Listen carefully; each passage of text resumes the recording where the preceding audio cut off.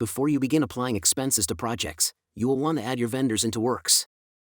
If you are using Werx with QuickBooks Online, it is highly recommended that you import all your vendors from QuickBooks, and from then on, enter your vendors into Werx. To manually add customers in Werx, navigate to Expenses and then Vendors in the left-hand navigation. To create a new vendor, click on the Add Vendor button in the upper right corner of the screen. In the Vendor Details screen, input your vendor's name and contact information. Then, select their default payment terms. If you are connected to QuickBooks Online, you will want to select the default expense account from the drop-down. This will ensure that the expense is applied correctly when synced to QuickBooks. Then select one of the 5 default cost types from the drop-down. These will allow you to track your project costs more effectively.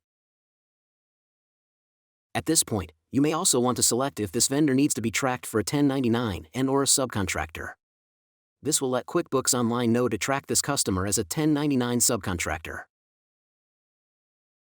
After adding the vendor details, move to Vendor Contacts to input a list of frequently used contacts for this vendor.